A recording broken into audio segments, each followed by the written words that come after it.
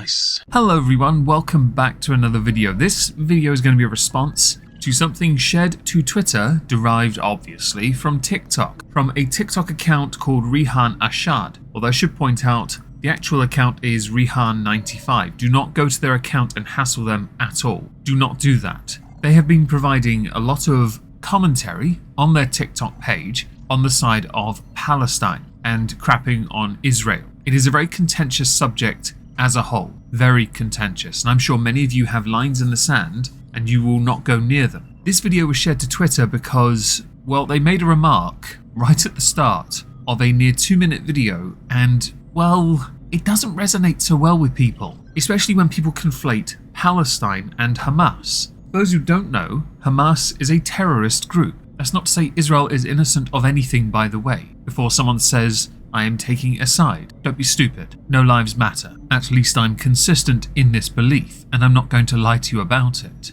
Nor am I saying that Palestine is innocent either. This conflict has been going on for an awfully long time, and it's hardly going to resolve itself or be resolved any time soon. What led up to what happened, what transpired, and what has happened since is hotly debated by many people using very different sources to make their larger points. When it comes to places like Twitter or X, when it comes to places like Facebook, Instagram, TikTok, many hold very strong beliefs and will not get off their respective high horses to have what is needed, a conversation, or to simply politely agree to disagree. The handy thing with TikTok is, you don't have to agree to disagree. You can just make your video, ignore the comments, and make your next video, knowing you're going to get views. In this, the user in question has 3 videos pinned to their page. Their normal videos don't really get much in the way of traction. 1 or 2 do, which is typical of TikTok and YouTube Shorts. But the ones that are pinned have done quite well. One is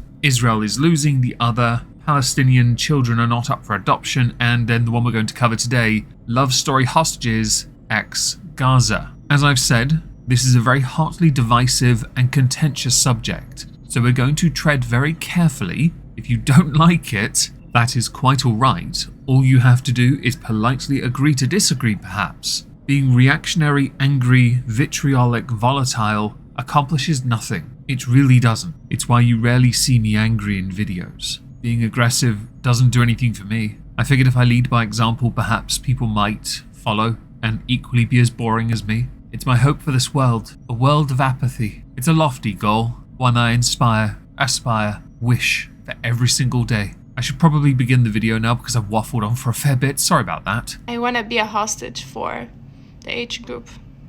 Oh, that's a spicy starter, isn't it? I can't imagine there are many who would want to be a hostage in any situation, really, unless they find that being a hostage isn't actually being a hostage. But, and it is vitally important, there is undoubtedly context in this video that will explain why Rehan believes this. But I'm not going to lie, that one sentence alone isn't a good start, is it? Since the user in question has invested a lot of time of late on their TikTok page covering everything concerning Israel and Gaza and Hamas and Palestine, this should be interesting. The hostages are leaving Gaza with goodbyes, good luck, and thank you. I don't suppose you think any of that's staged now, do you? I had heard of a report of an Israeli older lady who shook the hands because she wanted to lead by example and because they actually treated her well. She wasn't necessarily a hostage in her eyes, apparently, but that has not been the case for the vast majority, has it? I wonder if you're going to talk about that in this, because if you want to be a hostage, the full experience won't be something I would wish upon anyone. The videos and the pictures of the hostages leaving from Gaza are a joke. A joke? Because pleasantries appear to be exchanged? Is that it? Perhaps because only one side is getting what they want? Is that how you see it, perhaps? I've seen both sides. The doctors, by the way, should always be free from all of this, to be able to perform their duties and ensure that the people they are sworn to protect can be protected in every medical manner required. I thought I'd insert that because someone's going to tell me in the comments. I would love nothing more than for this to simply end, but it's not going to. Not just because of who's in charge, but because of the motivations, which go down to a very cultural fabric. It's something that cannot simply be changed or stopped. Immutable almost. World leaders are trying to get the ceasefire to stay, in effect. Give people time to leave, or to perhaps change. The root problem comes down to one group, Hamas. You can say that Israel doesn't know how to do a proportionate response, but this isn't as simple as that. It's never been as simple as that. So is it a joke? Yes, but not for the reason you're about to tell us. I never seen something like that before. I never seen a hostage high-fiving the kidnapper. There were a number of reports going around that showed that Hamas had drugged the hostages so they would appear calm. Doctors, after they were released, had said that many had been sexually abused. Videos were also leaked showing Hamas commanding the hostages to wave and smile. Some of those hostages that had since been freed reported intense beatings and very little food. It can be perceived as a form of Hamas propaganda. I am citing from a Libs of TikTok tweet, but I will link some relevant sources down below if you're interested in reading them. There is propaganda from both sides, all sides in fact, depending on how you interpret the information available. When you're only given a certain amount of it, it's very hard to draw a conclusion that isn't wrought, isn't bathed, isn't soaked in a form of bias. One has to address an issue with a level of skepticism, because if you only go into it hating one side, you cannot possibly perceive how that side could in fact be in the wrong, and that in turn makes you a type of sheeple. I never seen a hostage who was kidnapped with her dog and she is leaving her and her dog. I never seen a hostage saying thank you to the kidnapper. According to TRT World, Danielle Aloni and her daughter Amelia were held hostage by Hamas for 49 days in Gaza. On the 24th of November, they were released as part of a temporary ceasefire deal between Hamas and Israel and reunited with their relatives. Before they left, Danielle Aloni allegedly wrote a thank you letter saying, "I thank you from the bottom of my heart for your extraordinary humanity shown towards my daughter Amelia." Here is a picture of that letter in both Hebrew and Arabic. It was translated so that Hamas could read it as well. I inserted the word allegedly wrote because it is not my place to determine whether or not this is real or not, or whether it is propaganda or not. Again, this is how contentious the place is right now. I cannot simply state it because I found it in an article to a website I've never read in my life called TRT World. Especially when you have others slamming people like Marie Campbell, who describes herself as an international relations analyst and journalist, shared a screenshot of Mia Regev, claiming that her facial expressions seemed to express thankfulness for how she was treated. She and her brother were abducted and Mia was shot by Palestinian terrorists. So I'm not entirely sure the gratitude part can be considered accurate, but it is open to interpretation because, as many like to do when it comes to places like Twitter, Facebook, Instagram, TikTok, infer and presume far too much because we all like to think of ourselves as bedroom psychiatrists. I never seen a hostage saying good luck to the kidnapper. Like, good luck for what? For doing stuff against you? That is certainly one interpretation of the term good luck. Some would just want peace, so good luck in whatever it is you're trying to obtain. Others want annihilation, good luck with that. Others want freedom, good luck with that. Some really do just want this to end. Good luck. If I've missed any, please do let me know in the comments. This is beyond insane. You are quite right. Some of this looks very much akin to the Kim Jong-un method of make me look good, all of you cry around me, or I put you in front of a SAM site. That's what it reminds me of. A real-life pantomime of, oh no, they're behind you, no, they're in front of you with the remote control, holding up the teleprompter, telling you what to say and how to act and how to behave, how many hairstyles you're allowed to have, what kind of food access you get, perhaps even hygiene products as well. Although when you live in a war zone, this is quite heavily restricted, understandably so. That's what has been happening the past few days. The H group is gonna be the reason Netanyahu's gonna get a heart attack soon. This is insane.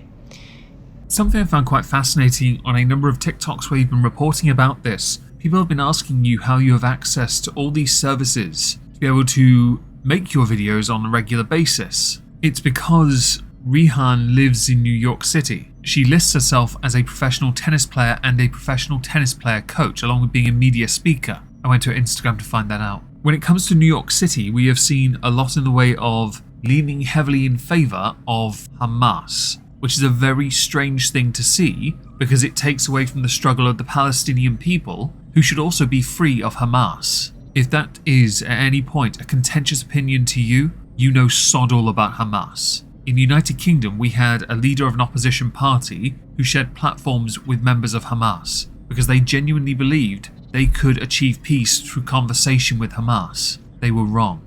On the Israeli side, people are complaining about showing the pictures of the hostages and the videos of them engaging with the H group on TV. They don't want that to be shown. This shows you the massive divide between that of Israel and other countries. Let's go with that. That makes more sense. I firmly believe that all information should be publicly available, but that's not how wartime works. Some obey a sense of kind of rules, yeah, but information is normally controlled, either to use as propaganda by one side or to boost the morale of the people. Depends on your interpretation. I'm not now justifying it, by the way. I'm just saying how it can be done and why it is often done. You saw it during World Wars, you see it still with other wars. Also, Netanyahu tried to go and visit one of the hostages and they refused. Also, there was a man who his mother was a hostage and he wrote that his mom came back with better health than before and he doesn't know if she was getting the wrong treatment in Israel because apparently she was treated better in Gaza. So there are a couple points I really want to drive home here with this one clip alone. The Netanyahu thing is quite complicated. Many world leaders are trying to lean on him to make a change with his plans. He has indicated annihilation is going to occur. Many world leaders would like to see that not happen because many countries are bound because of historical agreements, cultural agreements, like a handshake, a gentleman's agreement, that kind of thing, to help Israel at all costs. By all means now insert blame the British, blame the Americans, blame whomever you like. Blame accomplishes nothing. The other point is you use the word apparently. You use it a lot. Unless you're willing to provide a source to back up what you said, it is an assertion. And if it comes from any source, it needs to be backed up. But you're not providing it. You're sitting in front of your camera for a few minutes and you are stating things verbatim as if fact, but using apparently as your safety net. You pinned this to your profile. People have told you they hope you become a hostage so you can experience it firsthand. They want it for you. I don't want you to be that. I want you to understand that in the online space, the court of public opinion is not as much on your side as you think. Many will tell you you cannot assert these things without fact. I have backed up everything I've said so far with fact that is all down below. And by fact, I mean different sources saying different things. So my belief that much of this is murky as Fook is verified. I get that this is a very hot, very complicated, very passionate discussion, but these discussions will not accomplish anything. People think that by talking to the world leaders involved in this, that suddenly peace will be achieved. For a time it might, but it will always start again because somebody has to be a dick. There's always one person who is more than happy to do what they believe they must for their land, for their people, for their country. There aren't many people in the world who are like that these days. Just to segue ever so slightly, take a look at Ireland, see how they're willing to sell their own people out and call them far right instead of addressing actual problems in their country. It's a different situation, I know, but it is a testament to very different types of cultures to show you how the people respond to the leaders they have when presented with such difficult circumstances. I know it's a false equivalence, please don't do that. It doesn't mean in this instance my point isn't somewhat accurate, it's just a bit trickier to relate it. These are all information of what has been happening, and the truce has extended for 24 hours extra, which is today. So it should end tomorrow, which is Friday, and hopefully it all ends, but those are the updates, and I want to be a hostage for the H group. Based on the updates you provide, much of which is absolutely asinine, I can safely surmise you did this on purpose to bait people out into giving you extra clicks. That would then draw up more attention towards the rest of your TikToks to garner additional attention to promote pro-Palestine forever, which is your slogan. Yes, I'm smirked like that. Not that it required anything other than an IQ of 2 to realise. I just wanted to have a bit of fun and also air my perspective on this. No lives matter. At least some people are honest enough to say it to your face. I'm one of them. And that is equality. You're all welcome.